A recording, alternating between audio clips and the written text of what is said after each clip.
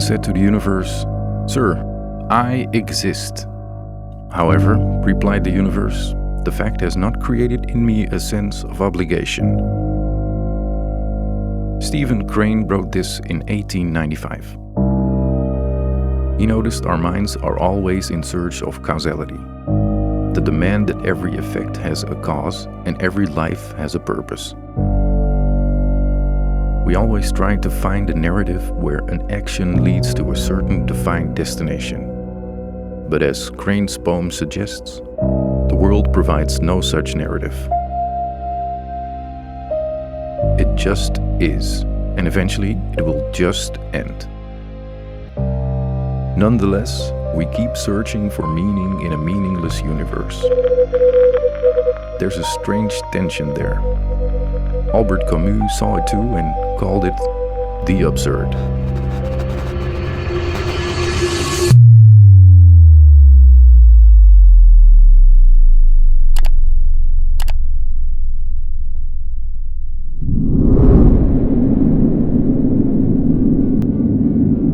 The absurd is the permanent gap between the human need for meaning and a silent, indifferent universe. While most people who come to this conclusion attempt to bridge that gap by searching for a framework to justify existence, or creating new ones themselves, Camus maintained the tension on purpose. He thought that the absurd itself is an experience. It surfaces when routines repeat without progressing towards that final goal. It appears when a long effort concludes and nothing fundamentally changes. Maybe that explains the disappointed, joyless faces of most elderly.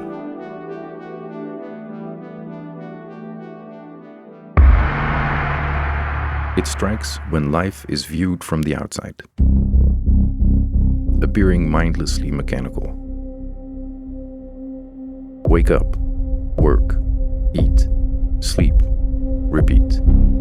Nothing is wrong, and nothing is right either. There's no meaning in it all. There's just the desire for it. Our common instinct is to escape this realization by believing in a grand plan, in God, or in a force that makes sense of the repetitions. It gives us purpose. Camus advised staying with the tension instead. There's no need to justify existence or prove that life is aimed at a specific result. At the end, existence is the only thing that's real. This way of thinking changes every experience. A walk is simply a walk. The sun on your skin is warmth. Nothing has to be elevated, nothing diminished. Everything is immediate and transparently here.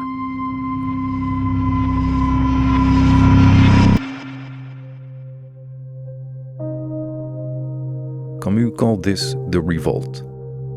It's the refusal of self-deception, to stop lying to yourself. You keep asking for meaning, knowing no answer will come. And that's the point of absurdism. To completely abandon the question is what Camus called philosophical suicide. You're still trying to find comfort where there is none. And there's nothing comfortable about absurdism. It's the absurd notion that you're looking for something that isn't there. You probably know of Sisyphus, who we must imagine happy, endlessly rolling his rock up the hill. But to better understand the mechanics of the absurd, we can also look at our daily lives.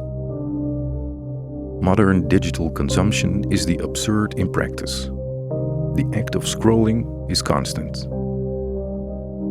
But it's also endless. There's no goal, no saturation, and definitely no meaning in it. It's the digital version of Sisyphus's rock. The feed never ends. The action repeats daily. The fundamental state of the user remains unchanged.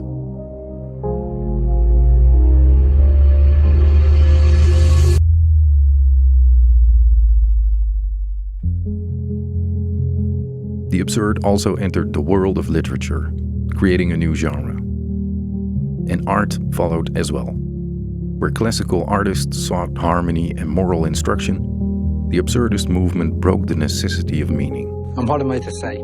Say, I am happy. I am happy. So am I. So am I. We are happy. We are happy. Well, what do we do now? Absurdist art reflects the structure of reality, as Camus saw it. And it's a process that leads nowhere. And that in itself is enough. Maybe even beautiful.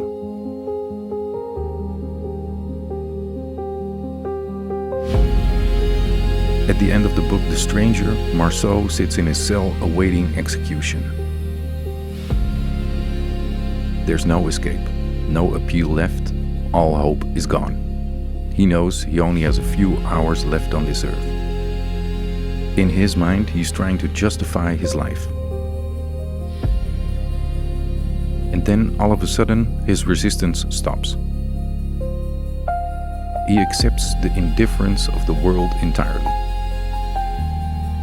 The need that something would explain or redeem his existence disappears.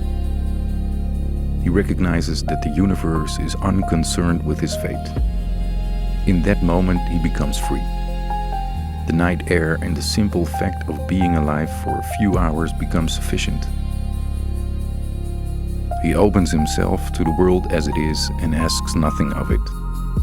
The last line of the book is, "For everything to be consummated, for me to feel less alone, I had only to wish that there be a large crowd of spectators the day of my execution, and that they greet me with cries of hate." He's not looking for meaning here. He knows there is none.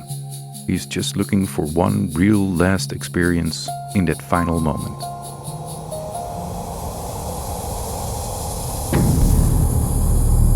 The absurd is often labeled as dark. For Camus, though, it carries a certain lightness, a certain beauty.